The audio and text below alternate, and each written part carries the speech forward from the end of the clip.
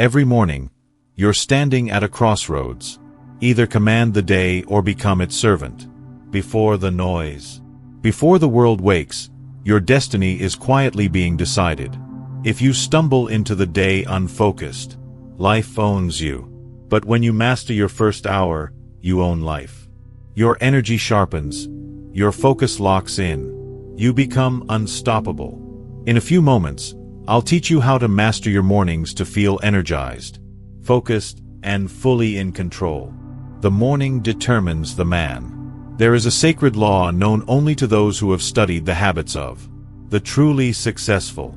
It is a truth as old as time itself, that a man's destiny is forged, not in the grand moments of triumph, but in the quiet rituals that begin before the world stirs. Success in its purest form does not happen by accident.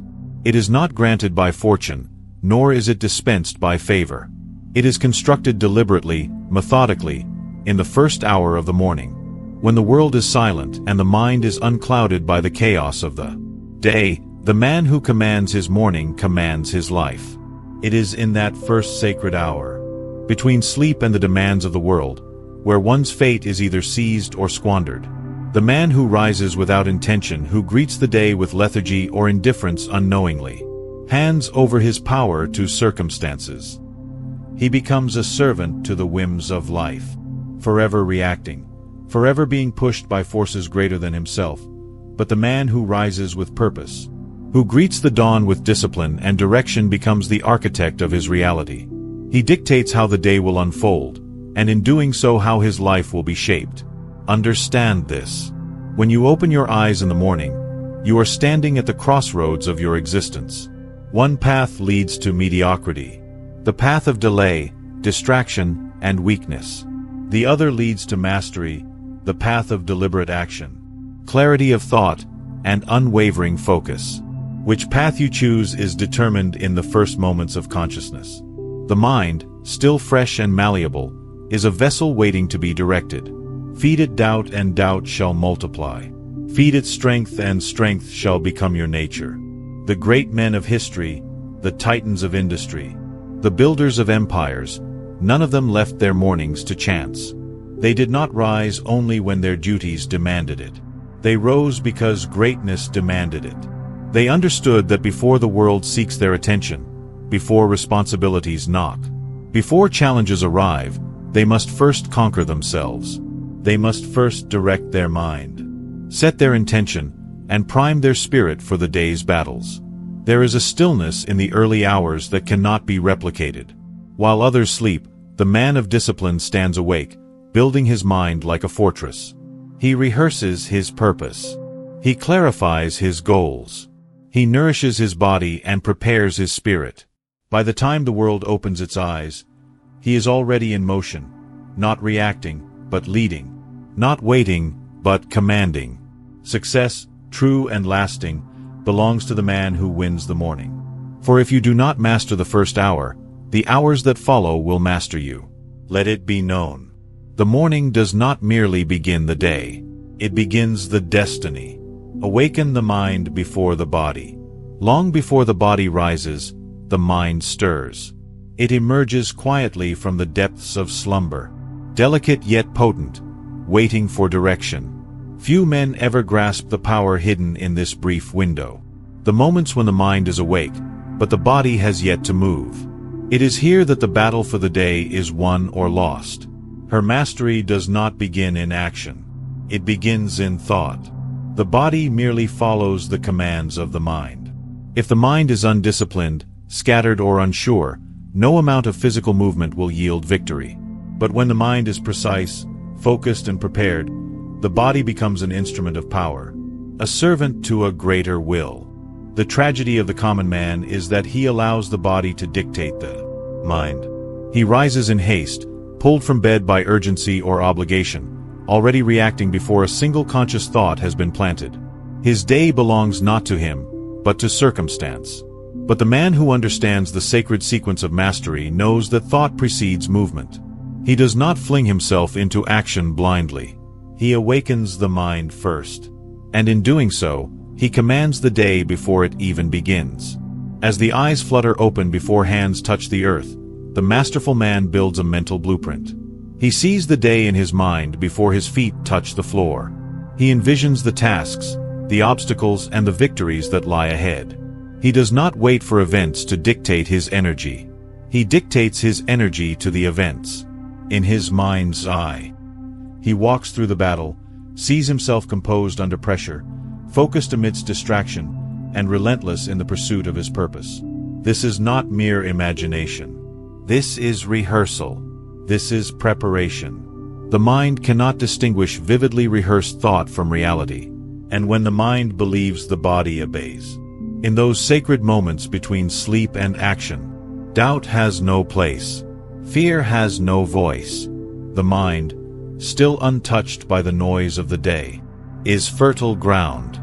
Plant weakness and weakness will bloom. Plant strength, certainty, and clarity, and the day becomes a canvas for execution. It is here that confidence is forged, not through empty affirmations, but through the deliberate design of one's focus. The man who awakens his mind first is not rushed. He does not stumble into the day. His first thoughts are not borrowed from the world but constructed from within. He chooses his direction. He chooses his attitude. He chooses his energy. By the time the body rises, there is no hesitation. Movement is merely the outward expression of an inner decision already made. Understand this truth. Mastery does not begin when your feet hit the ground.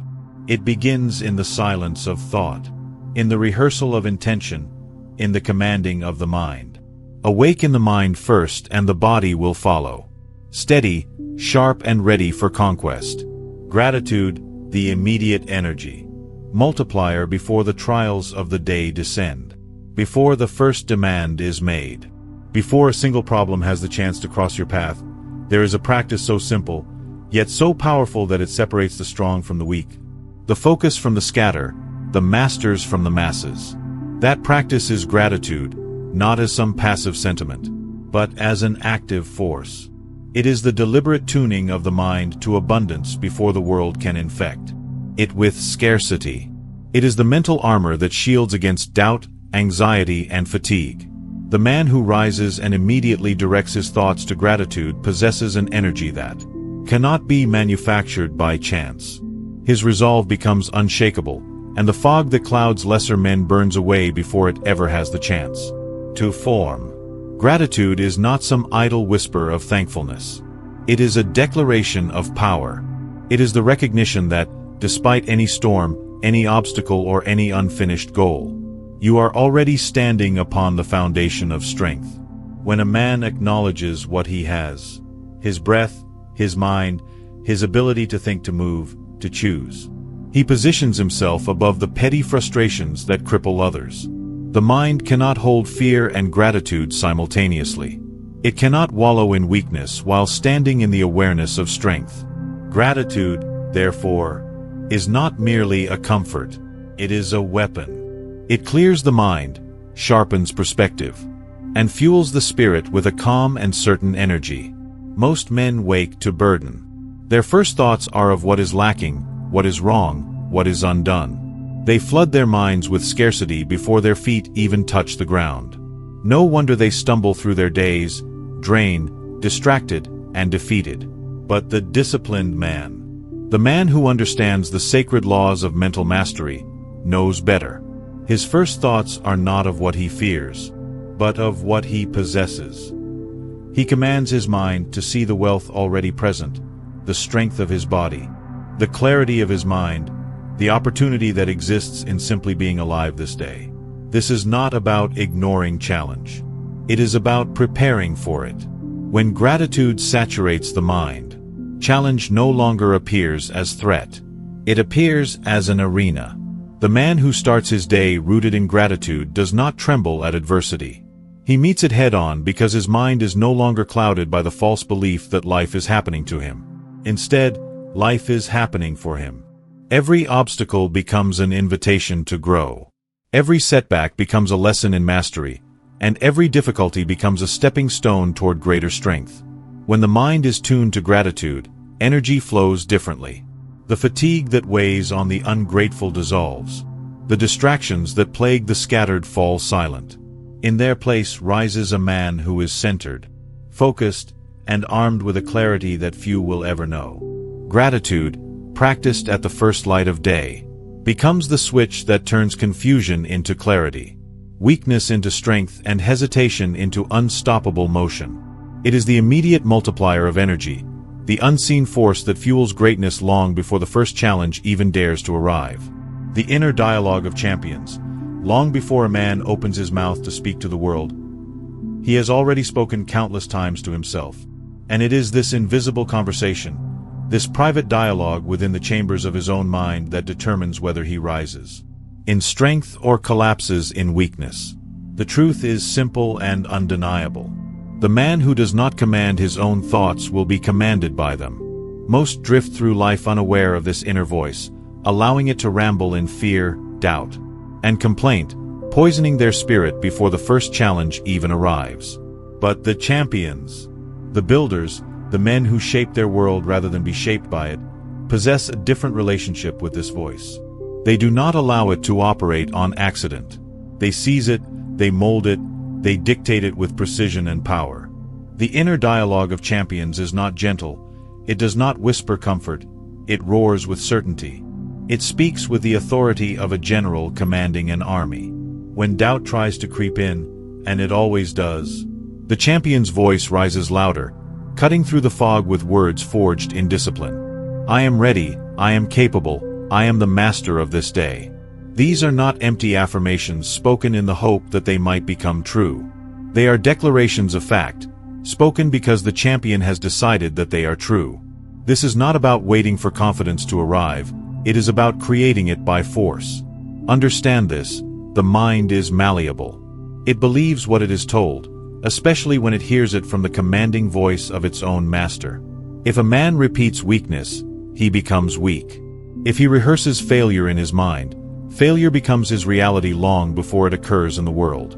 But when a man rises and speaks to himself with clarity, when he engraves the language of victory upon his consciousness, he becomes unstoppable, his body obeys, his actions aligned, his energy sharpens. And doubt, which once felt like an immovable weight, scatters like dust before wind. The language one uses in the privacy of thought is not casual. It is sacred, it is the foundation upon which every decision, every action, every response is built. Champions do not indulge in statements of uncertainty. They do not say, I hope, or I wish, they say, I will, I do, I overcome. Their words carry the weight of inevitability, not mere possibility. And because the mind obeys the words it hears most, these declarations become reality. Not by magic, but by the relentless alignment of thought, focus, and effort. This is the script of self-command. It is the unseen force that overrides hesitation and crushes doubt before it can take root. It does not wait for conditions to be perfect. It does not rely on luck. It is the internal contract a man writes with himself every morning. A contract that states without negotiation that he is sovereign over his mind, his energy, and his destiny. Speak weakly, and life responds in kind. Speak with power, and the world bends to meet the strength of your command. This is the way of champions. This is the law of mastery, the power of stillness and reflection. In a world that rushes headlong into noise, motion, and endless doing, there exists a forgotten power, the power of stillness. It is not the stillness of idleness, nor the stillness of laziness, but a deliberate pause, a sacred moment where the mind is permitted to breathe, to recalibrate, to sharpen itself like a blade drawn across wet stone. The man who understands the potency of silence holds an advantage over all others who rush mindlessly into the day. He knows that in stillness lies clarity, and in clarity lies power. Just 5 minutes, 5 deliberate intentional minutes, seated in absolute silence, can reforge the mind like iron in fire. The truth is simple yet often ignored. The mind, left unchecked, becomes cluttered. It fills itself with yesterday's burdens, tomorrow's anxieties, and the 1,000 trivial disturbances that seek to invade its walls. A man who does not discipline his mind in stillness becomes reactive, scattered, easily swayed by the pressures of the world, But the man who sits in silence before the day takes hold commands a different reality. He becomes precise. His thinking cuts sharper. His decisions become rooted not in emotion, but in clarity, not in changing, but in settling. The moment he says, "Yes, you will," not in confusion, but in conscious choice. In the quiet, without distraction, without the noise of the external world, a man comes face to face with his own thoughts. He sees them as they are, not disguised, not diluted, but raw and real. This is where the true work begins. In those few minutes, he can observe what serves him and what weakens him. He can examine his patterns, his fears, his ambitions, and decide with the authority of a sovereign mind what stays and what must be discarded. Stillness is not escape, it is confrontation, but it is a confrontation done on his terms, not the world's. There is a reason the great minds of history, thinkers, warriors, kings, sought solitude in the early hours. They understood that before one can command the world, he must first command himself, and command begins with observation. Reflection in stillness acts as a mirror, polished clean, showing a man the truth of who he is at that very moment. It is from that truth that he can choose who he will become when a man sits in silence. No movement, no sound, no external demand. He reconnects with the most important source of power there is, himself. The clutter falls away, the mind sharpens like steel under flame, doubt dissipates. Certainty rises. He rehearses the day ahead, not in chaos, but in calm authority. He sees himself acting, speaking, and moving with intention, free from the pull of unconscious habits. This stillness is not a luxury, it is a necessity for those who intend to lead their own lives rather than be led by them. 5 minutes of deliberate silence is not a withdrawal from the world, but a preparation to conquer it. In those quiet moments, the mind becomes a weapon, honed, sharp, and ready. The man who neglects this practice stumbled through the day blind, but the man who embraces it steps forward, clear-eyed, disciplined, and utterly unshaken. Defining your definite chief aim, each day there is no power greater in the hands of man than the power of a definite purpose. A mind without purpose drifts like a ship without a rudder, swayed by every wind, carried by every current at the mercy of circumstance. But the man who fixes his mind upon a clear and definite chief aim rises above the pull of randomness. His energy is no longer scattered. His steps are no longer hesitant. He moves with precision, with intention, with a fire that others cannot fathom. This is not merely a principle of success. It is the foundation of mastery itself. Every morning, before the noise of the world creeps in, the man of discipline recommits himself to his aim. He does not leave it to memory, nor does he allow it to drift quietly in the back of his mind. He writes it, ink to paper, hand to page, a ritual as sacred as the rising sun. This act is more than a reminder. It is a contract renewed, a declaration that today will not be wasted in distraction or trivial pursuit. Today belongs to the mission. The clarity that comes from this ritual is magnetic. When the mind sees a clear aim written before it, confusion dissolves, doubt has no footing. Decisions that once seemed difficult become obvious. If an opportunity aligns with the chief aim, it is pursued. If it distracts or detracts, it is discarded without hesitation. This clarity creates an unmistakable sense of power, assurances that radiates in the way one walks, speaks, and acts. A man who knows where he is going cannot be deterred by minor inconveniences. He does not stumble into reaction. He does not waste his energy on trivial matters. His direction becomes a force that shapes his environment, his interactions, and his very reality. People feel it, they notice it. A man with a definite chief aim carries himself differently. His presence commands respect, not because he demands it, but because he exudes the confidence of someone whose life is moving with purpose. There is a magnetic pull to clarity. The universe itself bends more willingly to those who operate with conviction. Resources seem to appear.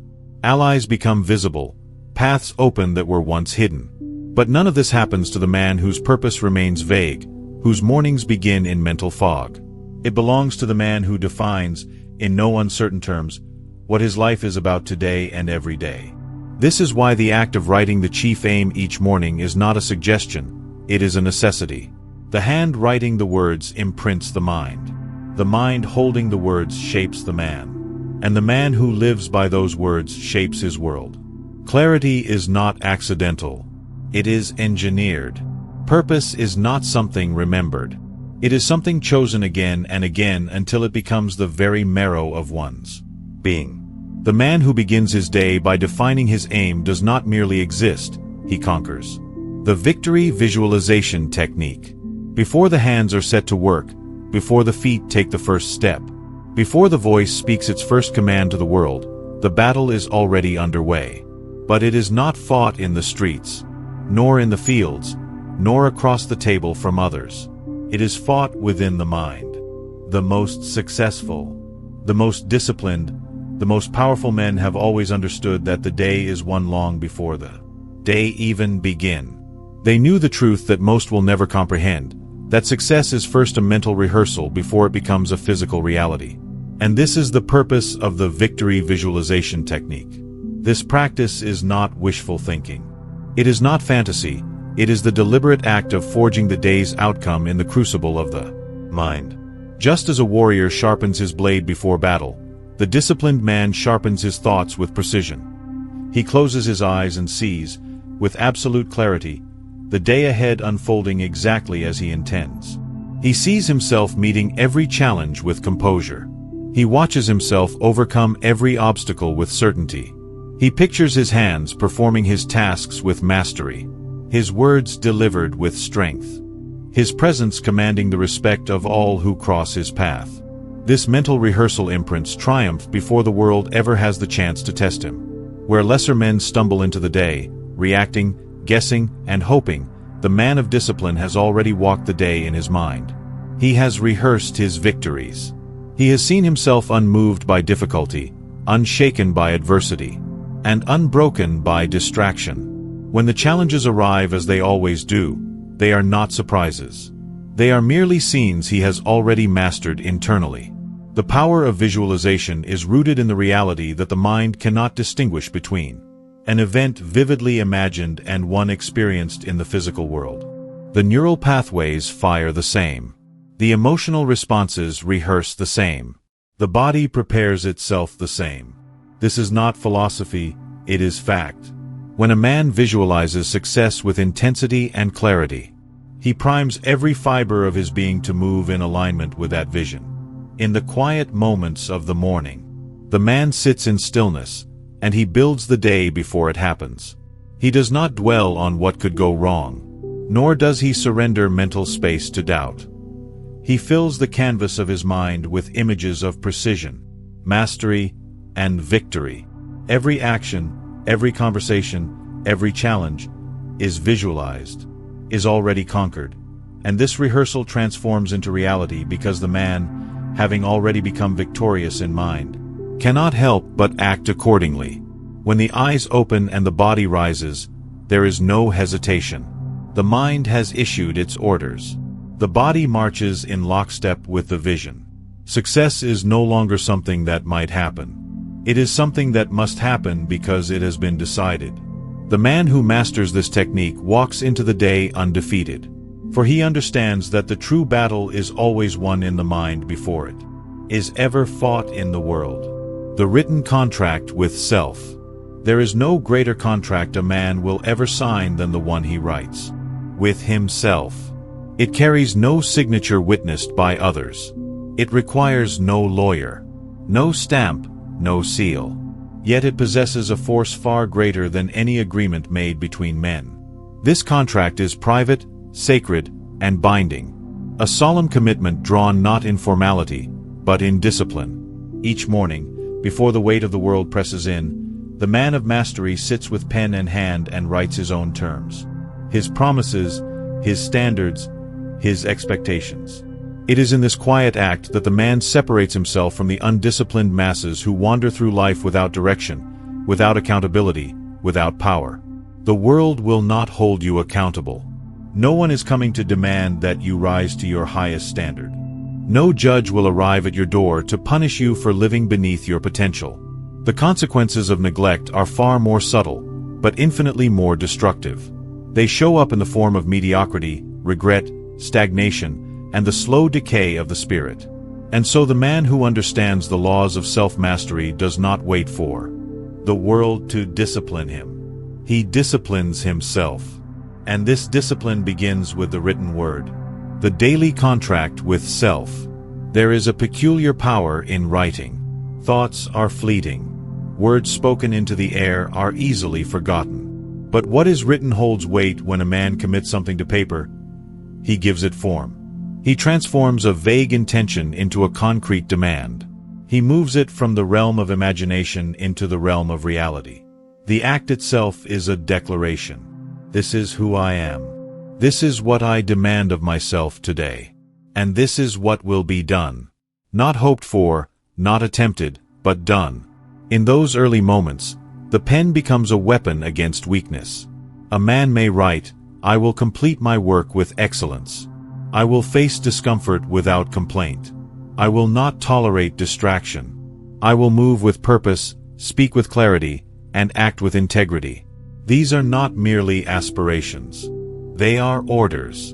Orders given by the highest authority there is, the self-governed man. And when the day grows heavy, when fatigue whispers, when temptation knocks, the man remembers. He remembers not because someone reminded him, but because he holds in his pocket or his notebook the words he wrote by his own hand. A promise made in the light of dawn is not so easily broken in the shadows of challenge. It serves as a mirror. It stares back at him and asks, "Are you the man you said you would be this morning?" The man who holds himself accountable without the need for external pressure becomes unstoppable. He lives not by the standards imposed by others, but by the higher, harsher, and nobler standards he writes for himself. This is the path of discipline. This is the path of mastery. A man who honors the contract he writes each morning will find that the world bends quietly to the will of one who first mastered the art of keeping his word to himself. Starting the gate of the mind. There is a truth so simple, yet so mercilessly overlooked by most men, that it determines the entire trajectory of one's day and in time one's life. That truth is this: the mind is a fortress, and it possesses a gate. Each day upon waking a man stands as the sole guardian of that gate. Only he decides what is permitted to enter and take residence within the walls of his consciousness. And yet most go about their lives unaware of this responsibility, allowing doubt, fear, and the worthless noise of the outside world to march straight through the gates unchallenged, to plant themselves in the soil of their minds like weeds, choking out clarity, certainty, and strength. A man who does not deliberately guard his mind in the earliest moments of the morning is a man who will be conquered long before the first challenge arrives. The enemy does not always wear the face of obvious hardship or visible threat. No. It is often invisible, subtle, and insidious. It comes in the form of stray thoughts. Small, seemingly harmless murmurs that whisper, "You are not ready. Today might be too much. Perhaps failure is waiting." These are not mere thoughts. They are invaders. Left unchecked, they multiply, and soon the mind that should be a weapon of precision becomes a battlefield of chaos. The disciplined man knows that his first and most vital task upon rising is not simply to prepare his body, nor merely to organize his tasks. His first commandment is to secure his mind. Before the noise of the world, before the opinions of others, before the friction of life has any chance to intrude, he stands guard at the gate and decides with brutal clarity what may pass and what must be cast out. This is not passive, it is not gentle, it is an aggressive act of self-protection. Consider for a moment what happens to the man who fails this duty. He rises and unknowingly invites the ghosts of yesterday's failures to follow him. He opens the gate to the creeping presence of uncertainty, allowing it to shape his posture, his speech, his decisions. The seeds of fear that could have been rejected in the silence of the morning now sprout into hesitation and self-doubt by midday. He walks into conversations with others already doubting his own worth. He approaches his tasks with a fragmented mind, easily distracted, easily discouraged, easily defeated, and yet he will tell himself this is normal. He will believe that life itself is the problem, when the truth is far simpler. He failed to guard the gate, but the man who understands the sacredness of this ritual rises differently. In the stillness of dawn, before the demands of the world stretch their fingers toward him, he confronts the invisible forces at his gate. He searches for doubt, for fear, for hesitation. And when he finds them, for they always attempt entry, he does not bargain with them. He does not reason or negotiate. He rejects them outright. He does not ask whether he is enough. He decides that he is. He does not ponder whether today's challenges are surmountable. He declares that he will rise to meet them regardless of their nature. This man does not wait for affirmation from others to feel capable. He does not hope that life will be kind today so that he may feel strong. His strength is self-issued. It is granted from within, because he alone controls the terms upon which his mind operates.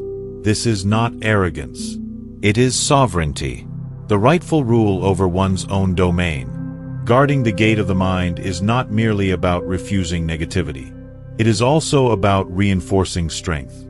As one casts out the intruders of fear and doubt, one fills the space with certainty, with vision, with the remembered truth of one's purpose. The mind, left empty, will always seek to be filled. Nature abhors a vacuum. If one does not deliberately choose the thoughts that inhabit it, the world will choose for him, and the world is ruthless in offering distraction, chaos, and confusion. There is no greater mistake than believing that mental fortitude is something one can casually stumble into throughout the day. No, it must be forged at the beginning, before the noise begins. It is a wall that must be built high and thick, with gates that swing open only for what serves and remain locked against anything that does not. When a man completes this ritual, this mental fortification, he walks into the day untouchable. The insults of others slide off him like rain off stone. The sudden turns of fortune fail to shake his core. Where others see obstacles, he sees puzzles to be solved. Where others flinch, he moves forward.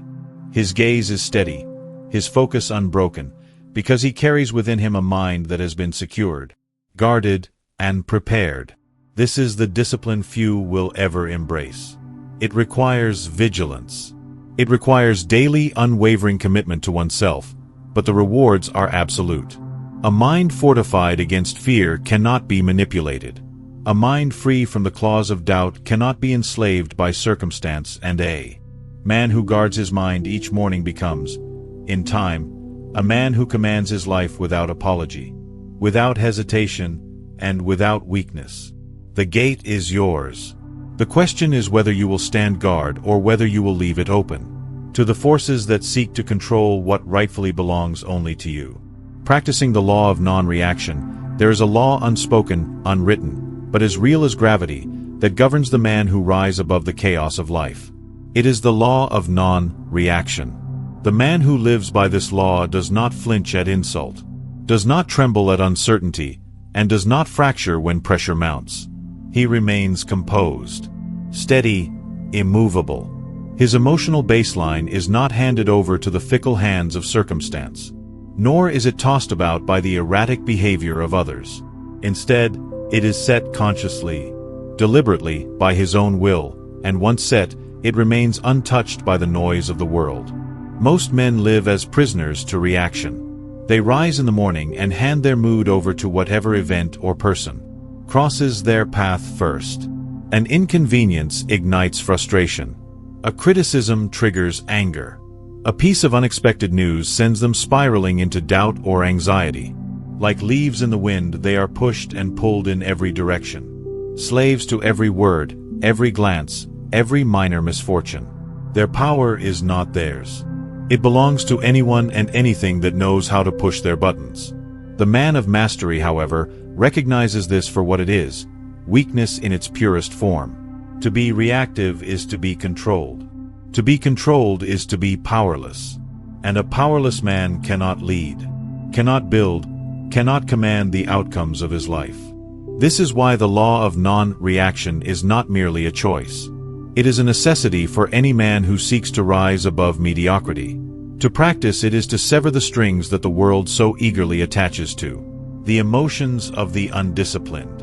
It begins with a decision A decision that no person, no circumstance, no event will dictate your internal state.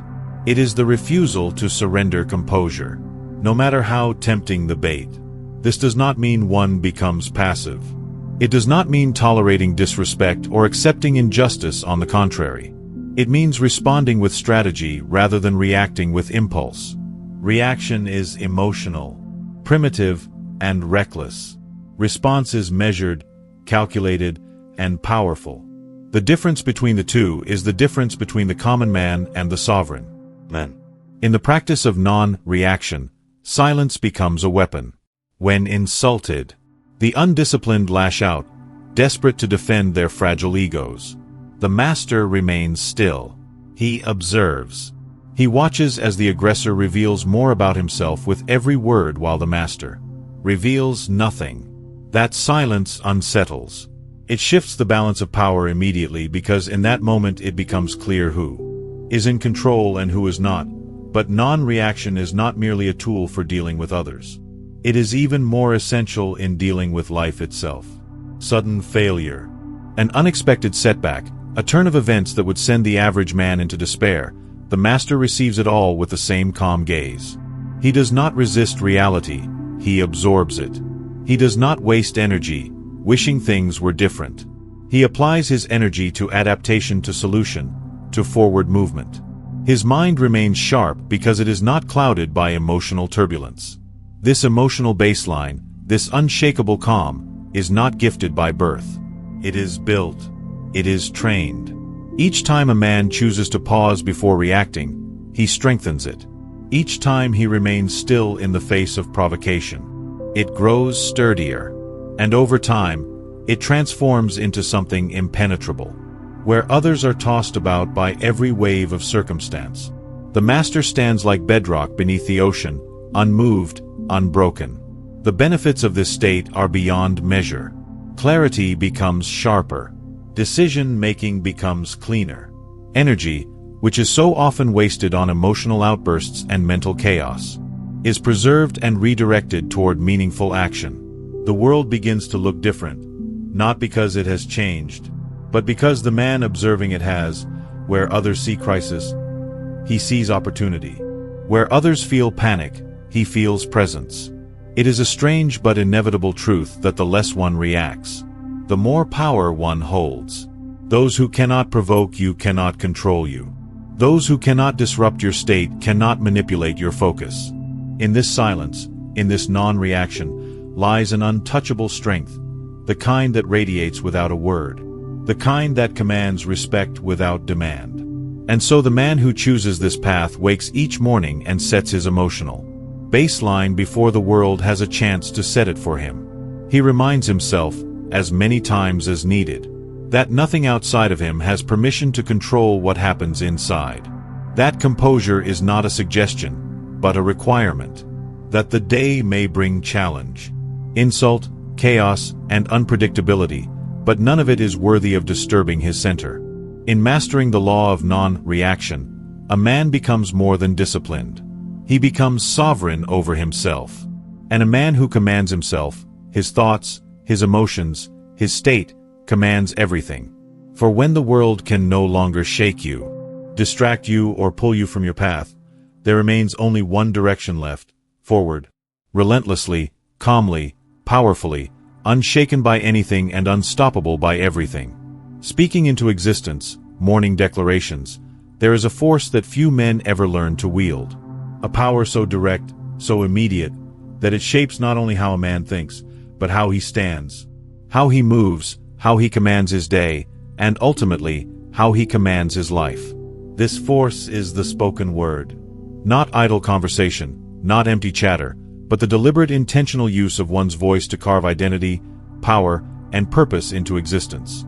The man who speaks his destiny into existence each morning does not merely hope to become something greater.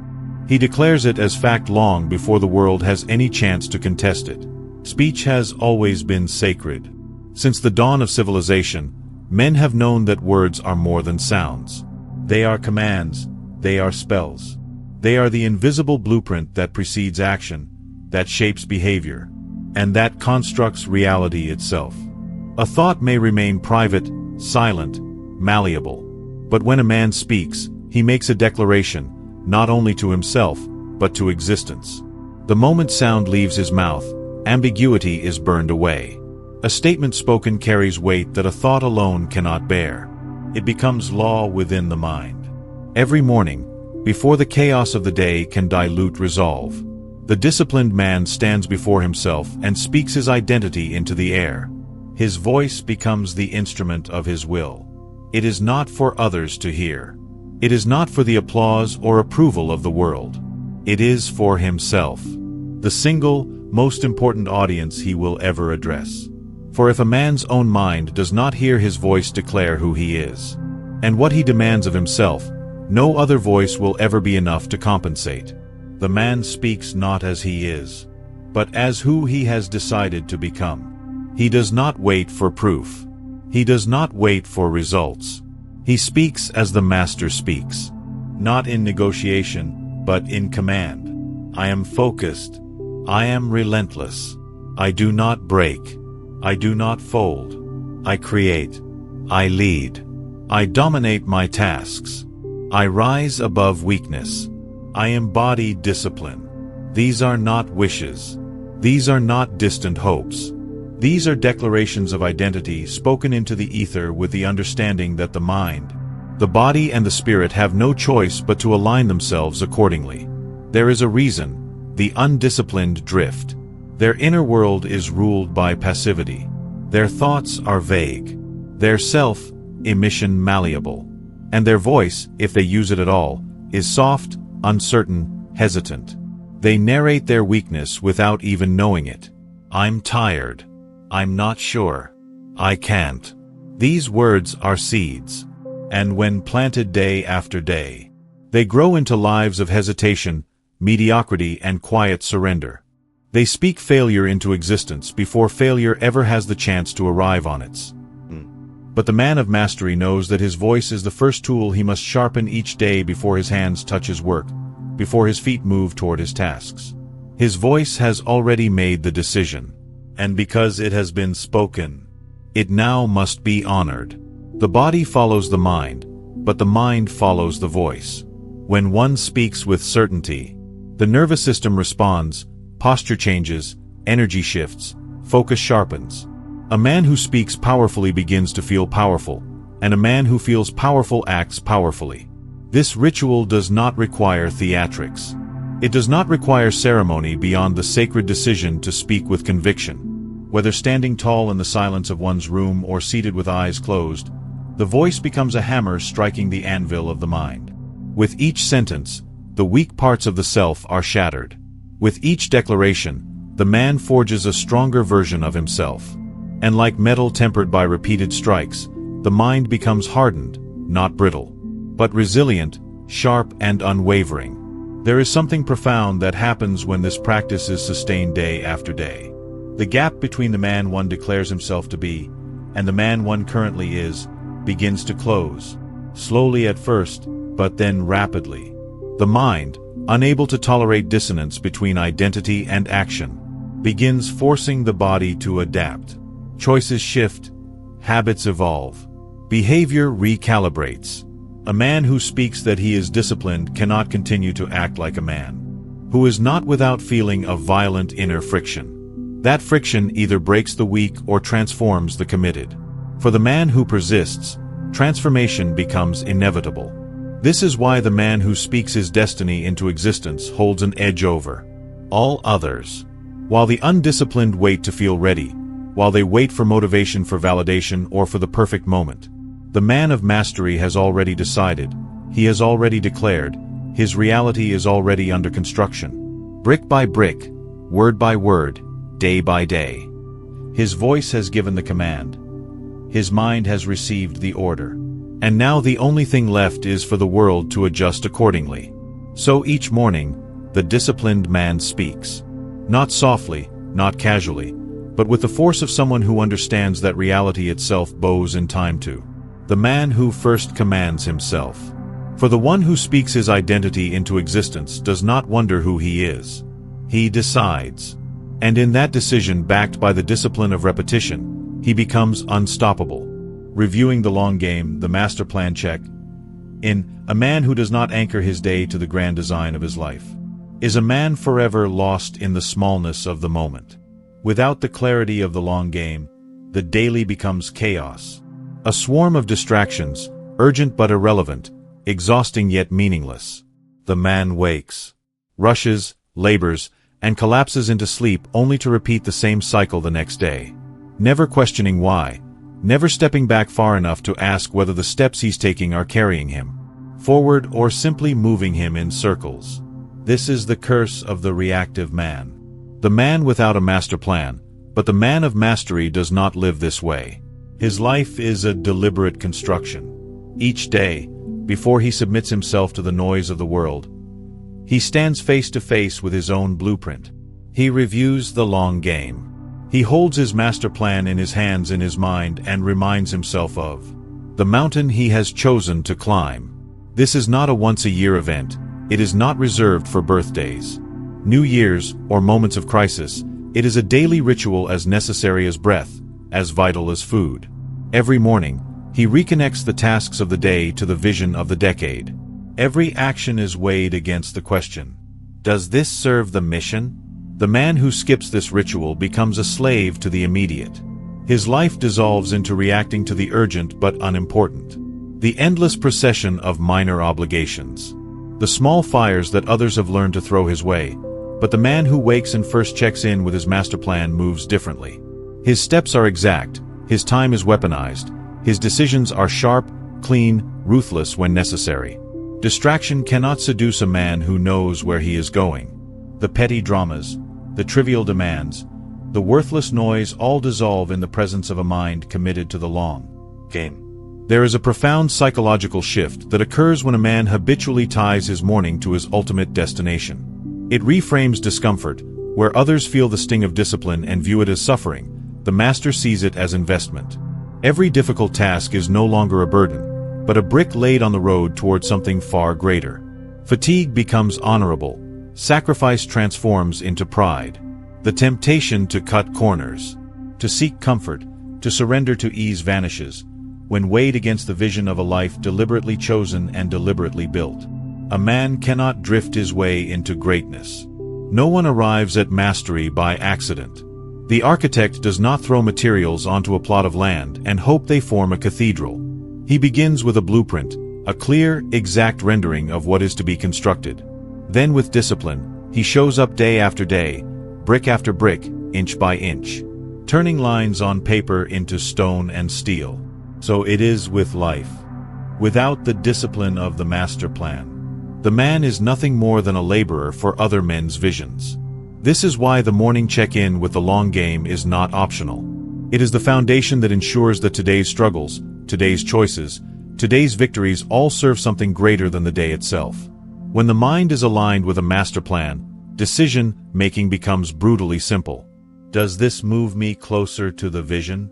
If yes, proceed without hesitation. If no, discard it without regret.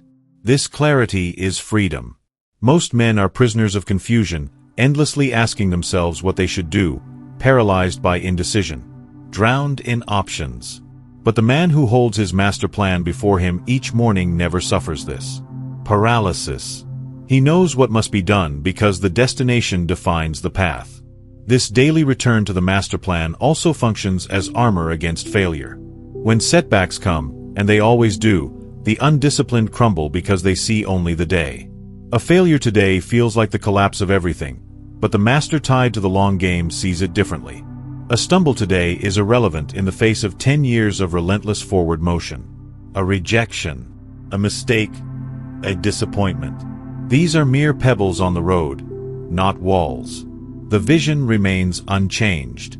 The mission holds firm. There is also an energy that flows from this practice, a stamina that others cannot fathom. The man driven by the day runs out of fuel quickly. He is motivated only when things are easy, only when results are immediate. But the man driven by the decade, by the mountain he has chosen, wakes each day with a fire that does not flicker in the winds of inconvenience or discomfort. His effort is not tied to mood. His focus is not tied to comfort. It is tied to the contract he made with himself. The contract to become the man worthy of the vision he declared. Every morning, the disciplined man reviews his plan. Not because he doubts it. Not because he needs reminding of the goal, but because he understands that the world is filled with forces designed to make him forget distraction, temptation, mediocrity, and he refuses to forget. He refuses to drift. His day belongs to the decade. His work belongs to the mountain. And his life belongs to the vision he chose. Not to the noise that seeks to pull him away. Begin before the world begins. There is a rare and potent power that belongs to the man who learns to rise before the world does. In the quiet hours before the noise of humanity erupts, before voices demand answers, before problems clamor for solutions, before the weight of the day's obligations descend, there exists a pocket of time that is untouched, pure, and sovereign. This time belongs not to the world, but to the man who has the discipline to claim it. And the man who learns to begin before the world begins harnesses an advantage so decisive that few ever experience it. The common man waits for the world to signal that it is time to begin. He waits for the sun to rise, for the day to officially start, for his duties to arrive and remind him that he must now work. And because he waits, he lives in reaction. His energy is reactive. His focus is reactive. And his entire existence is a response to forces outside of himself. His work is constantly interrupted. His thoughts are fractured by noise, where his momentum is repeatedly stolen by the endless tide of other people's priorities. But the disciplined man knows better. He knows that if he begins his work only when the world is awake, he will always be fighting for scraps of focus, battling for fragments of time, and struggling to protect his attention from 1,000 directions. He knows that the moment the world rises, it begins to pull, a knock at the door, an unexpected demand. A conversation, a problem, a request, one after another, without end. The day, once surrendered to the world's rhythm, rarely gives itself back. And so he chooses to rise before the pull begins while others sleep under the illusion that rest is refuge. He is already awake, already moving. His feet hit the floor not because duty calls, but because destiny demands it. In the silence before dawn, there are no interruptions, there are no demands. There is only space to think, to create, to build, to execute. In this space, his work belongs wholly to him. His thoughts are unbroken, his focus is absolute, his energy flows without resistance. It is in these hours that the real work of life is done. Not the busy work, not the shallow maintenance of existence, but the deep, meaningful work that forges futures, that builds legacies, that transforms men into forces of nature. While others sleep, the master craftsman sharpens his tools. The writer fills his pages, the builder sketches his blueprints. The strategist refines his plans, the warrior strengthens his mind. In this time, unchallenged by the chaos of the world, he moves faster, sharper, cleaner. There is an undeniable psychological advantage in knowing that you have already begun while the rest of the world still sleeps. While others are tangled in dreams, you are living yours in motion. There is a confidence that builds, a quiet certainty that grows with every passing minute of early execution. You become the man who does not wait. You become the man who sets the tone for the day, not the one who is shaped by it. There is also something sacred in the silence of early hours. The absence of noise is not merely an absence of sound. It is an absence of resistance. The air feels different. The mind thinks differently. There are no collisions of competing energies. It is just you, your purpose, and the untapped potential of the day stretching wide before you. This is a condition that cannot be replicated once the world awakens. Once the machine of life begins humming. The opportunity for deep, uninterrupted focus begins to wither. But in the pre-dawn hours, the mind opens in a way it does at no other time. The undisciplined call it extreme. They call it unnecessary.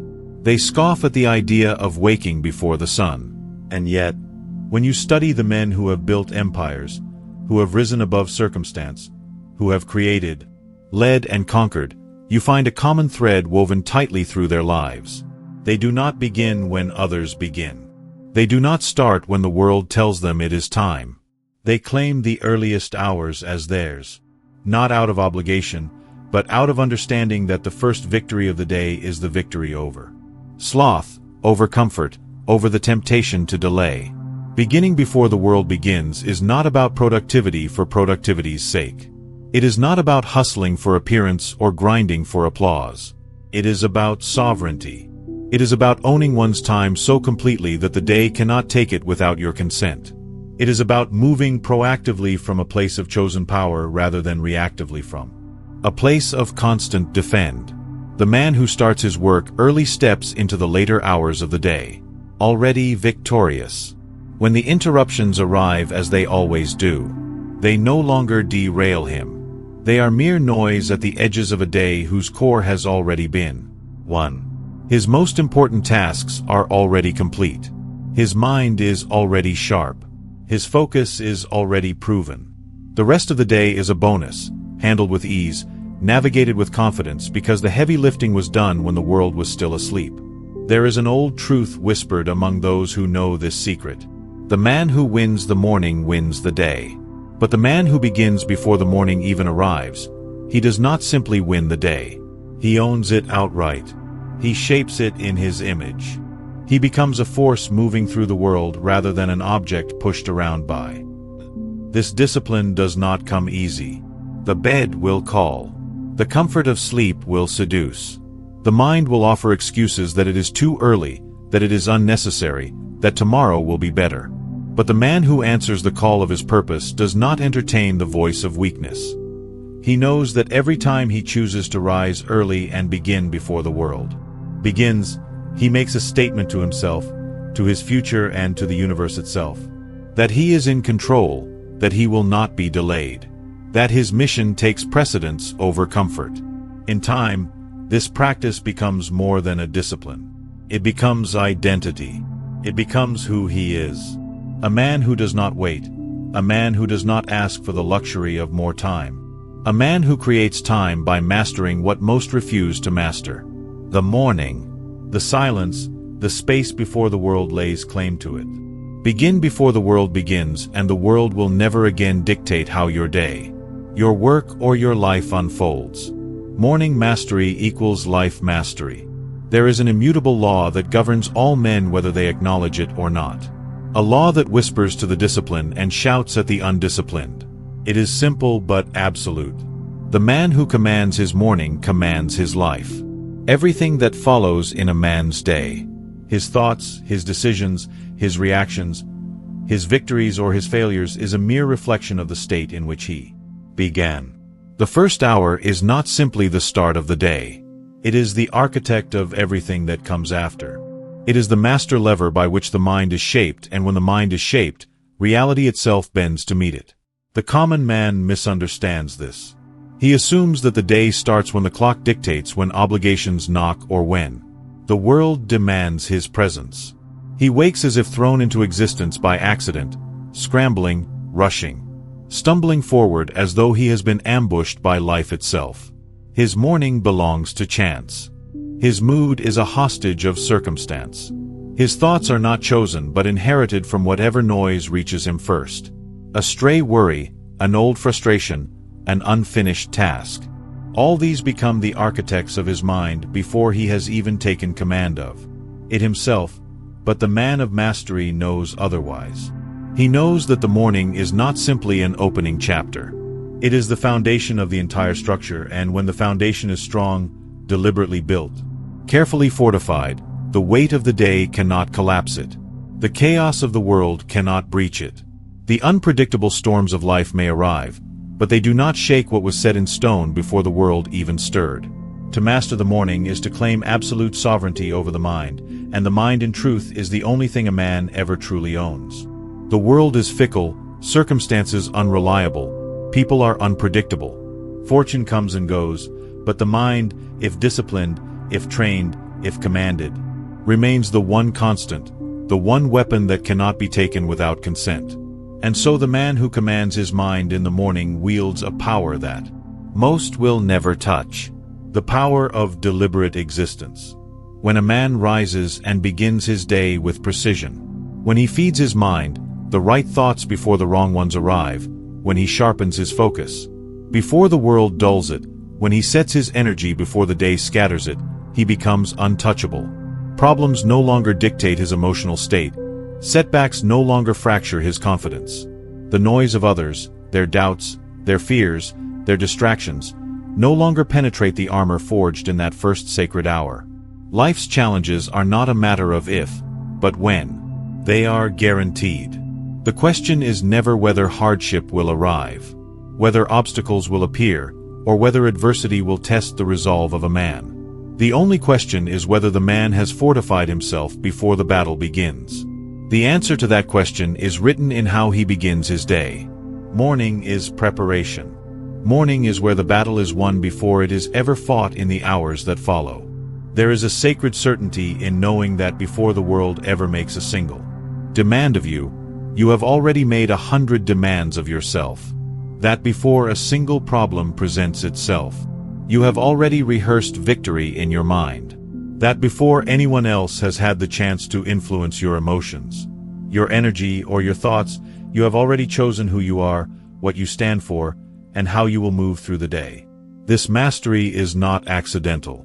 It is not a gift. It is not something stumbled upon by fortune. It is built, brick by brick, repetition by repetition. A man becomes what he rehearses. And the morning is the first rehearsal of the day. The weak rehearse chaos, the undisciplined rehearse reaction. But the master rehearses sovereignty. He rehearses clarity. He rehearses dominance over himself and through that dominance over the day. This is the hidden truth that separates the few from the many. The man who masters the morning has already mastered the most difficult part of life, himself. Because every challenge that appears later is merely an echo of an undisciplined mind. The man who complains of overwhelm is the man who failed to center himself before the chaos arrived. The man who feels scattered is the man who let the morning slip through his fingers. The man who drifts aimlessly is the man who failed to set the compass before the ship left shore. When you control the morning, you control the mind.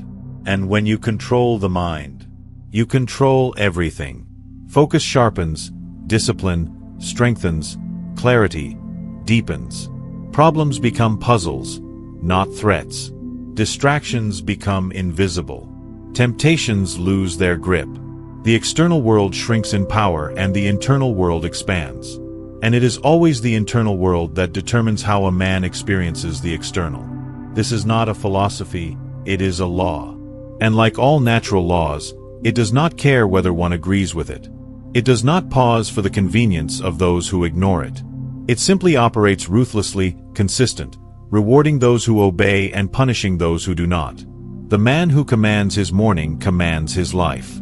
The man who neglects it becomes the servant of circumstance, tossed about by forces stronger than his will.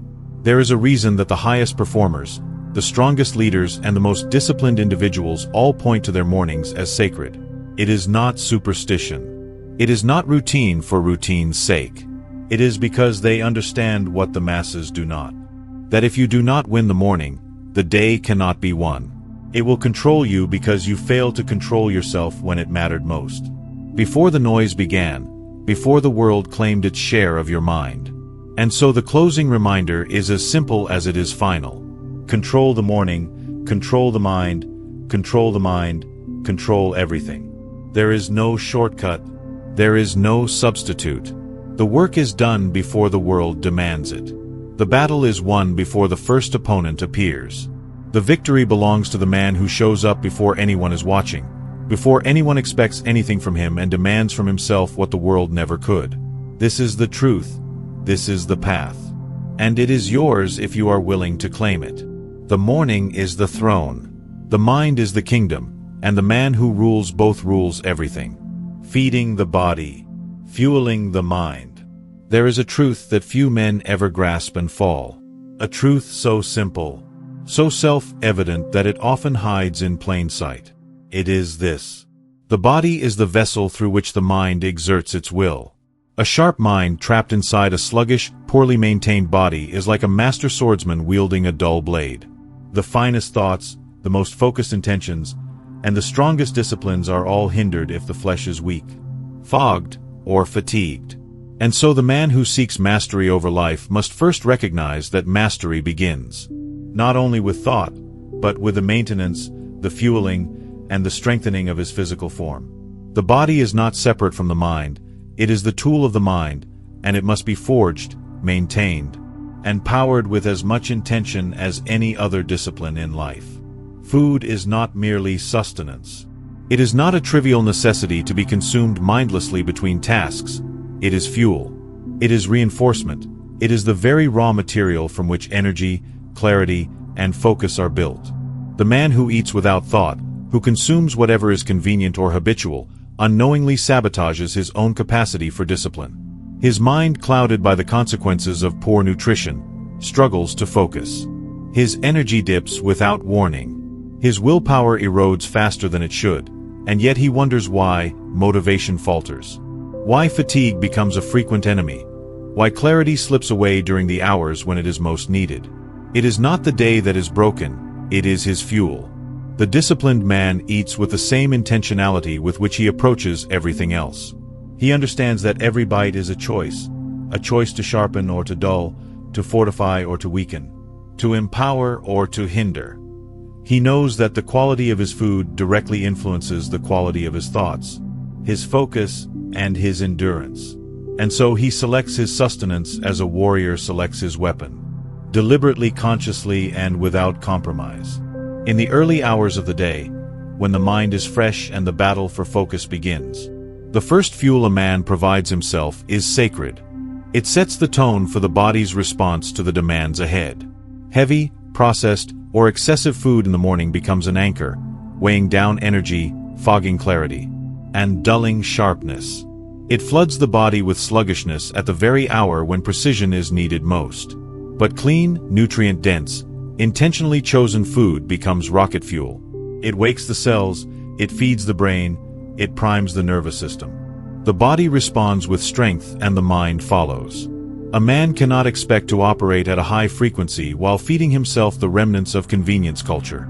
Cheap sugars, processed grains, chemical-laden foods, these are the tools of decay, not growth. They masquerade as pleasure, but deliver only erosion. They offer fleeting satisfaction, but steal clarity, discipline, and focus in return. The man who falls into this trap is trading his future for a moment's ease. He pays for it, not in currency, but in lost hours, lost sharpness, and diminished capability. The disciplined man rejects this. He understands that food is not entertainment, it is not escapism. It is not a pacifier for boredom or an emotional self. Food is power, it is reinforcement. It is the forge in which the day's energy is smelted, and so he approaches eating with reverence, with presence, and with deliberate intention. When he eats, he is not simply consuming, he is constructing. He is fueling a machine that has work to do, battles to fight, and victories to claim. There is also discipline and quantity, not just in quality. The man ruled by appetite is ruled by impulse. The man who eats until he is sluggish has made comfort his master and performance, his servant. But the man who eats to fuel, no more, no less, remains light, sharp and ready. He listens to his body, not for indulgence, but for optimization. He understands the line between satisfaction and sabotage, and he walks that line with precision. Hydration is no less sacred.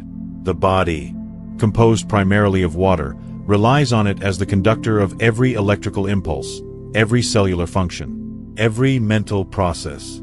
A dehydrated body is a fogged machine. It runs hot.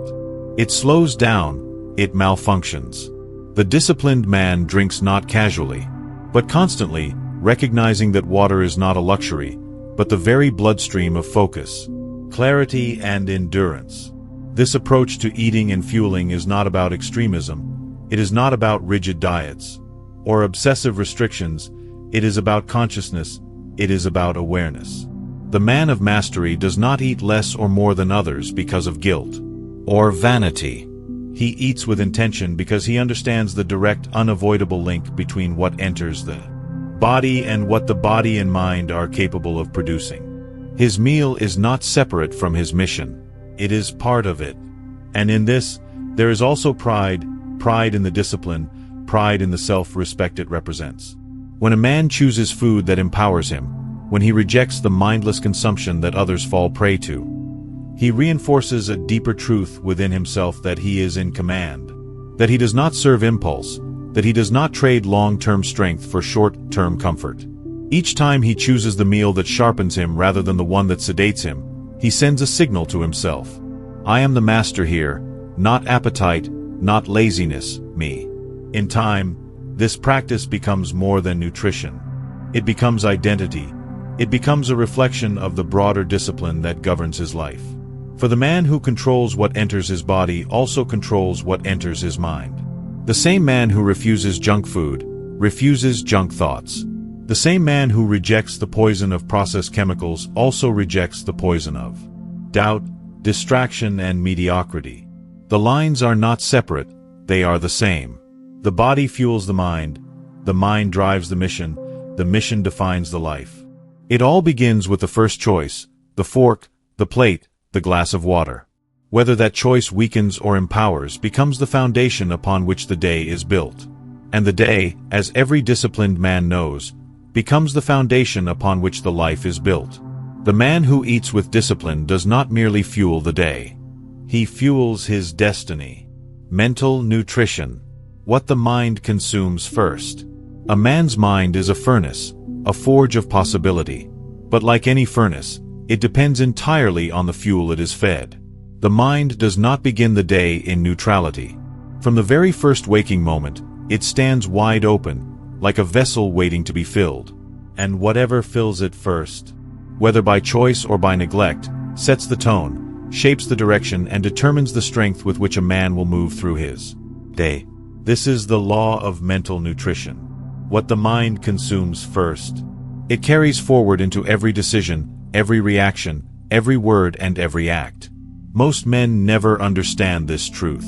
They stumble out of sleep and into the noise of the world without a single thought for what enters the gates of their consciousness.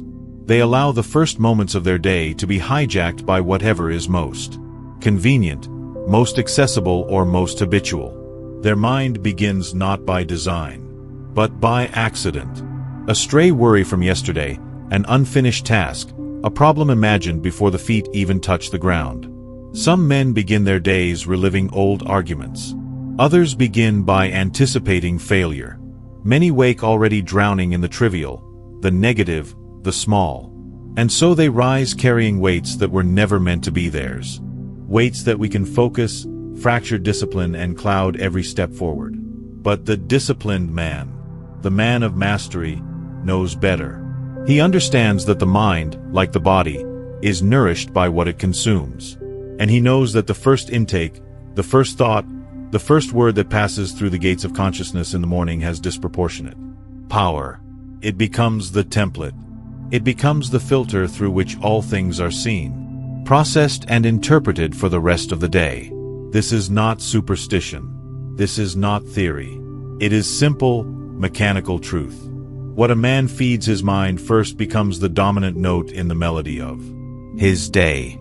This is why the morning must begin with intention. The disciplined man does not leave his mental nutrition to chance. He feeds it deliberately. He chooses what enters. Whether it is a passage from a timeless book, an affirmation spoken with command, or even the disciplined choice of silence, it is done with precision. These are not casual habits. These are acts of war against chaos, acts of defiance against the intrusion of distraction, negativity, and noise. Reading in the early morning is not consumption for entertainment. It is an act of feeding strength. A single paragraph from a timeless mind can sharpen clarity more than hours of idle thought. When a man opens a book of wisdom at dawn, he is not reading words. He is aligning his thoughts with the architects of strength, of discipline, of greatness. He is borrowing clarity from those who master their own minds before him.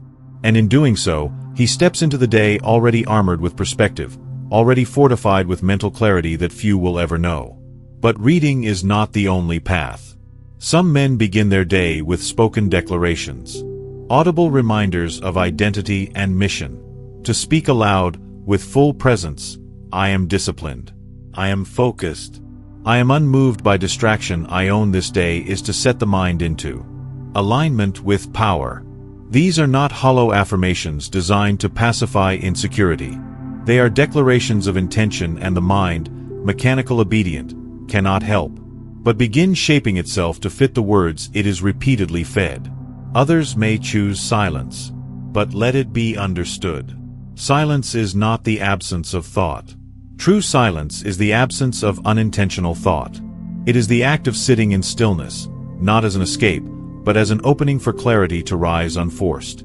The disciplined man who sits in quiet in the first minutes of the day is not avoiding thought.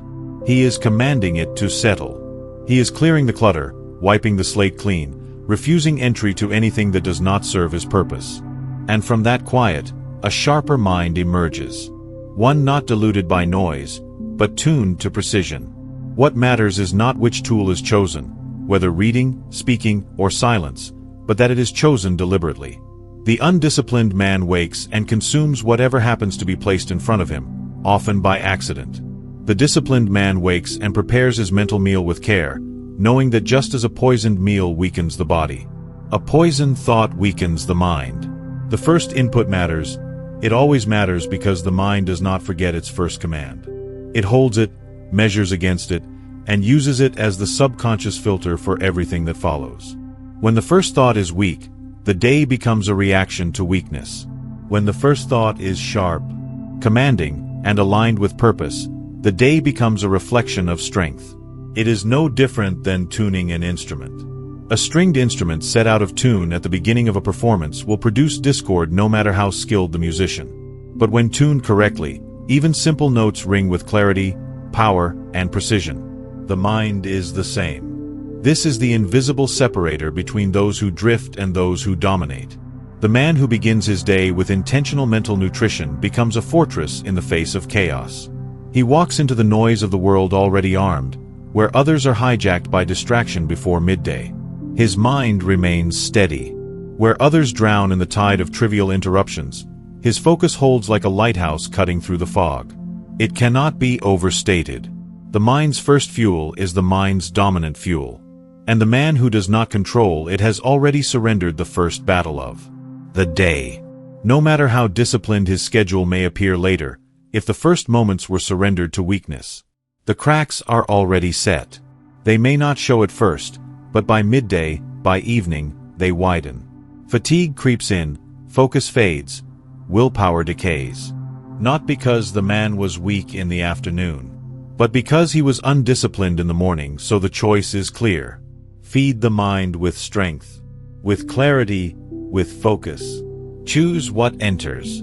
Do not allow the first thought to be random, accidental, or borrowed from the trivial noise of others. Let it be yours, let it be deliberate. Because the mind remembers what it is told first. And if it is told to be strong, to be focused, to be unshakable, then it becomes exactly that. Mental nutrition is not philosophy. It is survival. It is weaponry. It is the very first line of defense against the mediocrity of the world. The man who feeds his mind with intention, in the first moments of the day, becomes in time a man the world cannot shake, cannot distract, and cannot defeat. A tire of authority, a man's appearance is never an accident, whether he realizes it or not. The way he dresses, the way he presents himself to the world, even the way he presents himself to an empty room, is a reflection of how he sees himself. It is an outward manifestation of an inward reality. It is a silent broadcast of his standards, his discipline, and his self-respect. The truth is simple, undeniable, and ancient. The way a man dresses changes the way he thinks. It alters the way he feels. It affects how he moves, how he speaks, how he carries himself, and how others respond to his presence. Most men have been conditioned to believe that dressing well is something reserved for external validation. They imagine that attire is for the benefit of others, to impress, to signal status, or to fit in with societal expectation. And so when no one is watching, they relax. They choose comfort over presence. They assume that the absence of an audience excuses the absence of intention. But the disciplined man understands something far more powerful. He knows that attire is not for others, it is for himself. It is a contract with his own identity. A constant physical reminder of who he has decided to be. When a man dresses with authority, even when no one is watching, he steps differently. His back straightens, his gaze sharpens. His energy shifts from passive to active, from reactive to intentional. He signals not just to the world, but to his own mind, that he is someone who moves with purpose. Clothing becomes more than fabric, it becomes armor, it becomes a declaration of presence, and presence is power. There is a psychology to appearance that runs deeper than fashion, deeper than fabric, deeper than the superficial judgments of others. The brain responds to cues, internal and external. What you wear sends signals to the subconscious. Dress like a man prepared for battle, and the mind prepares for battle. Dress like a man ready to conquer, and the body responds in kind. But dress like a man who has surrendered to sloth, who has chosen laziness as his morning decision. And the mind will collapse into the posture of the defeated long before the first challenge even appears. It is not about expensive clothes, it is not about luxury, trend, or vanity, it is about intention. A clean shirt, well-fitted trousers, shoes that reflect care, grooming that reflects discipline. None of these are about wealth, they are about standard. The message to the self is clear. I am someone who shows up for my own life prepared. The man who rises and dresses with care, even in solitude, is not waiting for the world to give him a reason to be his best. He is his reason. The undisciplined dismiss this as unnecessary. They believe they are free when they reject the formality of appearance. But they are not free. They are imprisoned by the lowest version of themselves. The version that seeks ease over excellence. A man does not rise to the standard of his potential. He falls to the standard of what he tolerates. And attire is one of the most visible, daily representations of that standard. Consider the soldier preparing for inspection. It is not the presence of the officer that creates discipline. It is the understanding that readiness is the baseline expectation, whether anyone is watching or not. The uniform is not simply for display. It is a constant physical embodiment of duty, of purpose, of commitment. The same principle applies to the civilian man of discipline. His attire is his inspection, not for others, but for himself. The way one dresses bleeds into every aspect of life. A man who cares for how he presents himself externally is usually the same man who cares for how he conducts his work, how he sharpens his mind, how he manages his time. The man who lets himself slip in one area will inevitably let himself slip in others. It is never just about the clothes. It is always about what the clothes represent. There is also an undeniable effect on how others respond. Whether conscious or unconscious, people register visual signals instantly. They assess. They evaluate, they judge, because the mind is wired to do so. A man who dresses with precision commands more attention. He is treated differently, not because of vanity, not because of artificial status, but because the human brain is trained instinctively to associate order with competence, care with authority, and presence with power. When a man walks into a room prepared, polished, intentional, he does not need to announce himself. His presence speaks before his voice does. His posture, his appearance, his energy, all signal that he is a man who expects more from himself, and therefore the world expects more from him as well. The reverse is equally true. A man who carries himself like someone who does not care to be prepared will rarely be entrusted with responsibility, influence, or command. The world mirrors the standard that a man holds for himself. Even when the world cannot see, the man himself always can. The man knows whether he rose with intention or with carelessness, and that knowing either strengthens him or erodes him. Every day, the mirror becomes a checkpoint. A silent question asked, did I show up today as the man I claim to be? Or did I betray that man before the day even began? It is a myth that discipline is limited to what others observe. True discipline is what happens in solitude. It is the silent choices that no one else witnesses, but which shape everything the world eventually does. Attire is not a costume, it is not a mask. It is an external reflection of an internal decision. A decision to live awake, to move deliberately, to exist as a man in command of his reality. This principle holds steady across every great domain of life. The warrior sharpens his blade, even if the battle is not yet upon him. The builder organizes his tools, even before the worksite is ready. The leader prepares his words, even if the audience has not yet gathered. So too does the disciplined man dress with authority, not because others expect it, but because he expects it from himself. There is no such thing as a neutral day. Every day is a vote for who you are becoming. Every choice compounds. And the choice of how you present yourself, though it may seem small, is a declaration of identity. It is a message to the self. I am prepared, I am intentional, I do not wait for the world to give me a reason to be my best, I am my reason. And so whether alone or among many, the disciplined man dresses like the man he intends to become. Not for vanity, not for appearance, but as a living embodiment of his own commitment to himself. His attire becomes his armor, his presence becomes his authority, his standard becomes his identity. And his life bends without apology, without hesitation, without exception. To meet that standard, commanding the first breath upon waking holds more power than most men ever realize.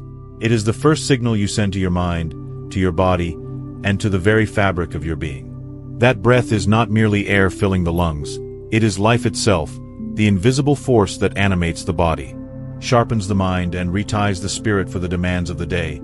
Yet how tragically common it is for men to rise without a single conscious breath, moving from slumber to activity as if life owed them vitality without effort. They rise shallow, fatigued, fogged in thought, and wonder why clarity escapes them, why vigor feels distant. It is not fate that robs them of strength, it is their own neglect of the most basic, most sacred tool ever given to man, the breath, the moment the eyes open. Before movement, before words, before thought even takes full form, the breath must be seized with intention. Not the hurried thin gasp of the restless, but a deliberate command, deep, powerful and unwavering. The lungs expand fully, pulling in the very fuel of life, oxygenating every cell, awakening the blood, sharpening the mind, and bringing the spirit into presence. This first breath is a declaration. It says, I am awake, I am here, I am ready. The ancients understood this, the warriors, the thinkers, the builders of empires. They knew that breath is not merely a biological function, but a bridge between the mind and the body, between spirit and matter. Modern men have forgotten this sacred truth. They stumble through mornings deprived, not by circumstance, but by their failure to breathe as nature intended. Deeply, consciously, completely. Consider what the breath does. It clears the fog that sleep leaves behind. It feeds the brain the oxygen required for focus, for clarity, for decisive thought. It ignites the nervous system, gently but powerfully shifting the body from the passivity of sleep into the readiness of wakefulness. Where shallow breath invites fatigue, deep breath summons vigor. Where neglect of breath leads to sluggishness, command of breath leads to sharpness and control. There is also discipline in breath. To take full intentional breaths is to remind oneself that mastery begins in the simplest, most primal act. A man who cannot command his own breath will struggle to command anything else. But the man who wakes with discipline, who draws the first breath deeply into his core, who repeats it until his body hums with energy, that man enters the day as a force unto himself. He does not borrow energy from stimulants or depend on the unpredictable rhythms of mood. He creates his own vitality from within. So when the first light pierces the eyelids, let there be no rush to move. Let there be no scramble into activity. Instead, pause. Fill the lungs completely. Hold it. Let the body remember what power feels like. Then release slowly, purposefully. With that breath, you do more than wake the body. You wake the warrior within. You ignite the mind. You prime the spirit for focus, for action, and for absolute control. Breath, when commanded, is the first victory of the day, and from that victory all others follow. Mastering your morning isn't just a routine, it's a declaration of who you are and what you demand from life. When you control the morning, you control the mind, and when you control the mind, you control everything. Every day becomes intentional, every action becomes powerful. You no longer react to life. You lead it. So remember, this is your edge, your advantage, your discipline. Do this every morning and watch your entire life transform.